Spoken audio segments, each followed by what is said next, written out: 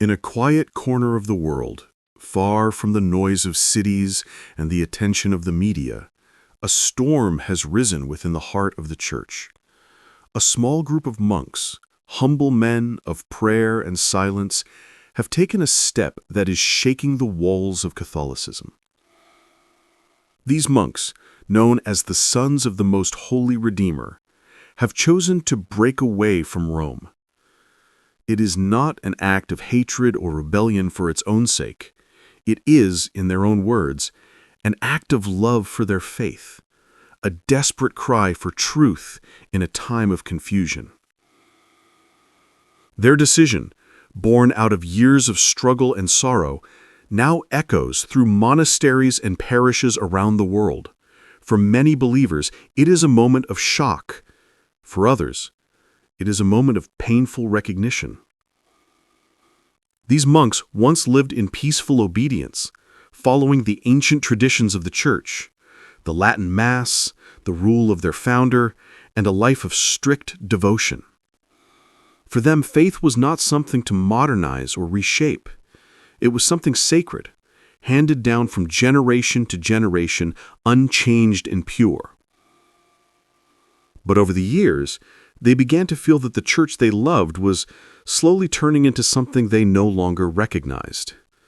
They saw altars replaced, prayers rewritten, and teachings softened in the name of progress and inclusion. What was once holy and firm began to seem uncertain and negotiable. In their hearts, the monks began to feel a painful question. Had the Church itself forgotten its own soul? From their monastery in Papastranze, a small island off the coast of Scotland, the monks decided to speak out. They released a letter that many have described as both heartbreaking and courageous. In it, they expressed what countless traditional Catholics have quietly felt for years, but were too afraid to say aloud. They wrote that the faith of all time, the faith of the saints, the martyrs, and the ancient Church, is no longer welcome within the structures of the modern Church.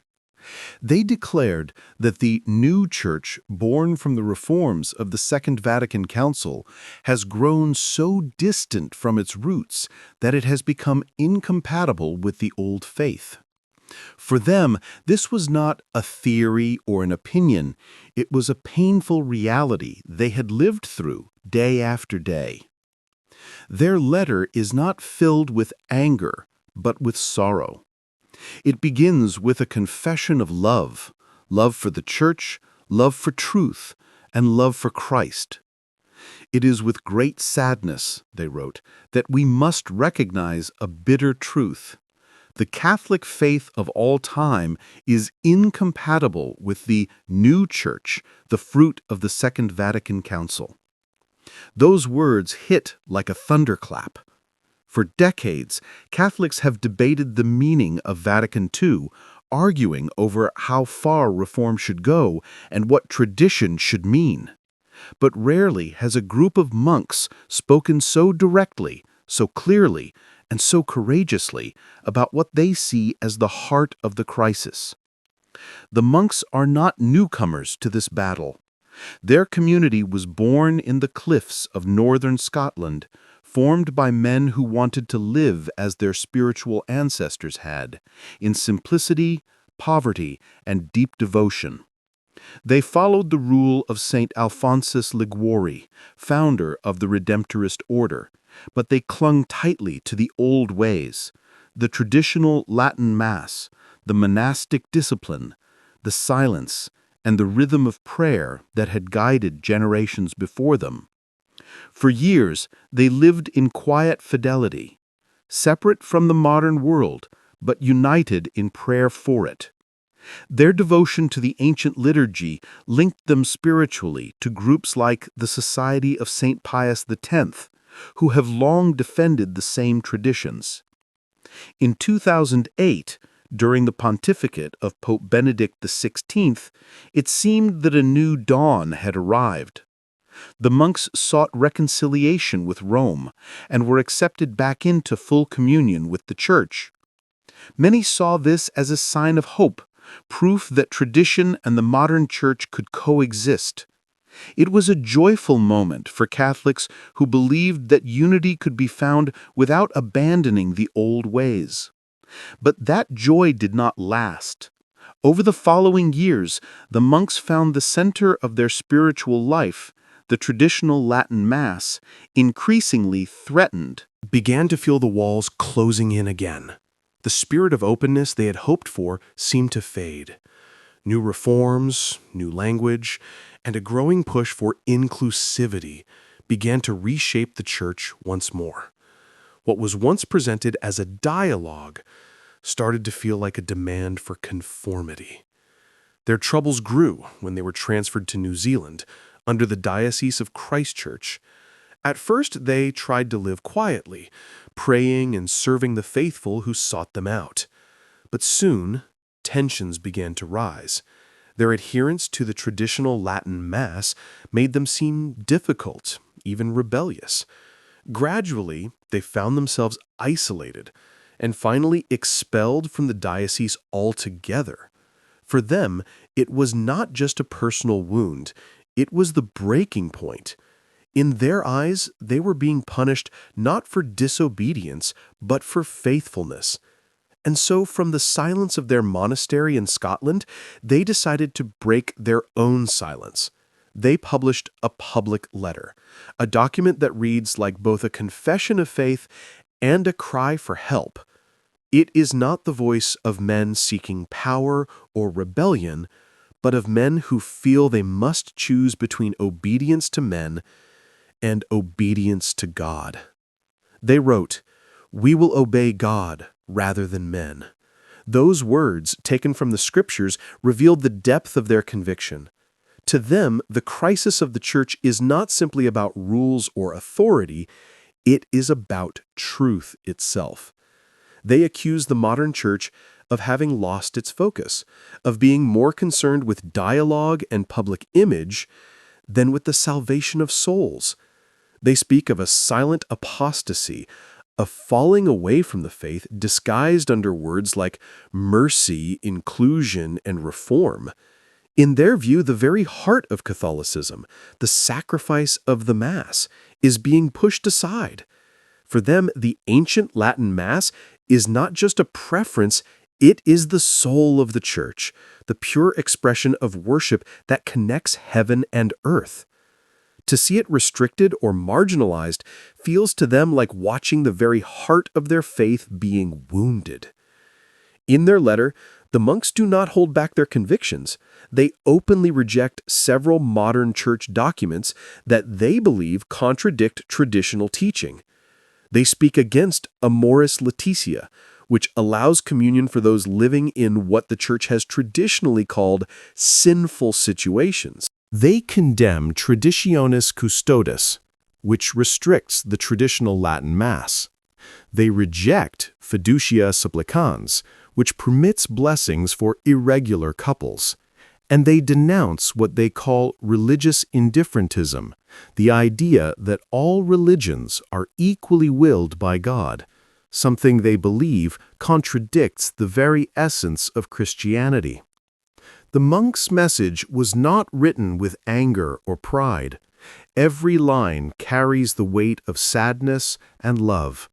They speak as sons addressing a wounded mother, not as rebels attacking an enemy.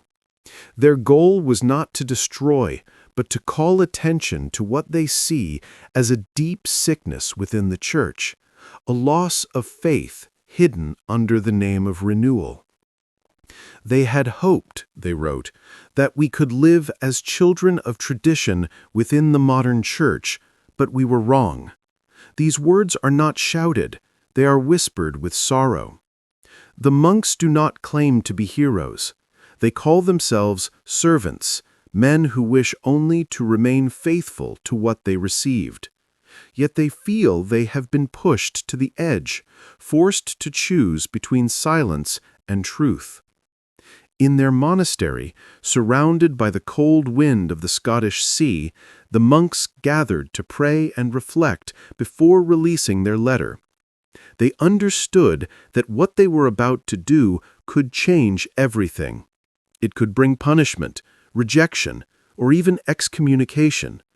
Yet they believed they had no other choice. Better to be expelled for Christ than to remain silent in the face of lies. These words show the seriousness of their decision.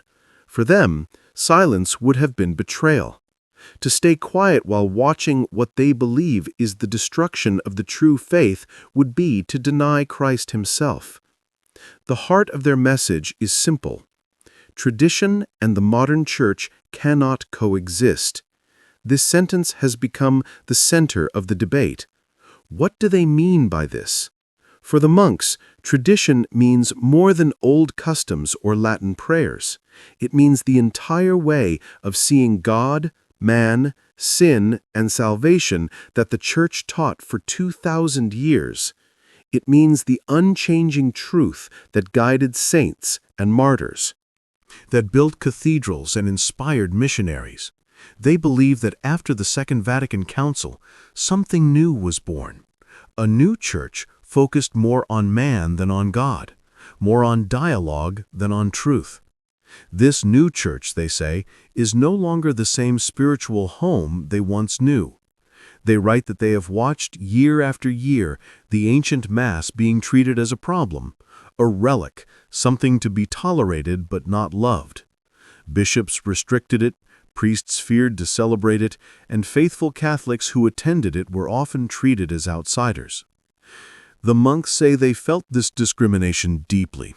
They loved the Mass of their ancestors, the Mass of all time as they call it, because it connected them to the saints and to the mystery of the sacrifice of Christ. In their eyes, to change the Mass is to change the very heart of the Church. Abolish the Mass, they wrote, and you destroy the Church. They even quote Martin Luther, who said the same words centuries ago when he broke from Rome. For the monks, these words are not a threat, but a warning, a reminder of what happens when worship is altered to please the world. As their letter spread, it quickly reached Catholics around the world. Some reacted with admiration, others with fear. For many traditional believers, the monks' courage gave voice to what they had felt for a long time, that the Church was losing its soul under the pressure of modern ideas. But for others, their declarations sounded dangerous, even close to heresy. The fear of schism, a split within the Church, began to grow. Canon lawyers and theologians reminded everyone that open rebellion against the Pope could have serious consequences. To separate oneself from the authority of the Holy Father is, under Church law, an act of schism. And schism, even when motivated by conscience, is one of the gravest wounds that can strike the body of Christ. Yet the monks insisted that they were not abandoning the Church. They said they were staying faithful to the true Church, the one that remains loyal to Christ and his unchanging truth. They argue that it is not they who have left, but those who have changed the teachings and worship of the Church who have truly broken communion. Authority, they wrote, is ministerial, not absolute. It binds us only as long as it remains bound to Christ. This is a direct quote from St. Thomas Aquinas, the great theologian of the Church. The monks use this teaching to explain why they believe they must resist orders that, in their view, contradict the faith. For them, obedience is holy only when it leads to truth. When authority separates from truth, they say obedience becomes complicity in error. Their words recall other moments in church history when conscience and authority clashed. From St. Athanasius, who stood alone against heresy, to St. Catherine of Siena, who urged the Pope to return to Rome, the Church has seen many times when faithful voices spoke out against corruption or confusion. The monks believe they are walking in the same path, not to destroy the Church, but to call her back to her roots. Even if an angel from heaven preaches a gospel other than the one we preached to you, wrote St. Paul, let him be accursed. The monks quoted this verse as their spiritual defense. To them, it means that truth comes before hierarchy, and God's command comes before human approval. Inside the monastery, life continues as before. Prayers at dawn, silence at midday, and the sound of chants filling the chapel. But the air is heavy with uncertainty. They do not know what punishment may come. Rome has not yet issued an official response, but the Diocese of Christchurch has already acted. It revoked all pastoral authorizations from the monks, cutting them off from public ministry. In the eyes of church law, this is a serious step, one that usually precedes formal sanctions. Yet, for the monks, this rejection is a badge of honor. They see it as a sign that they are suffering for the truth. Like the early confessors of the faith who were imprisoned or exiled, they now feel united with Christ in his suffering. Their story has become a symbol of the larger struggle within the Catholic world, the tension between modern reform and ancient faith. Many Catholics, even those who love tradition, are afraid to take such a radical stand. They fear being cast out, misunderstood, or labeled as extremists. But the monks, living far from power and ambition,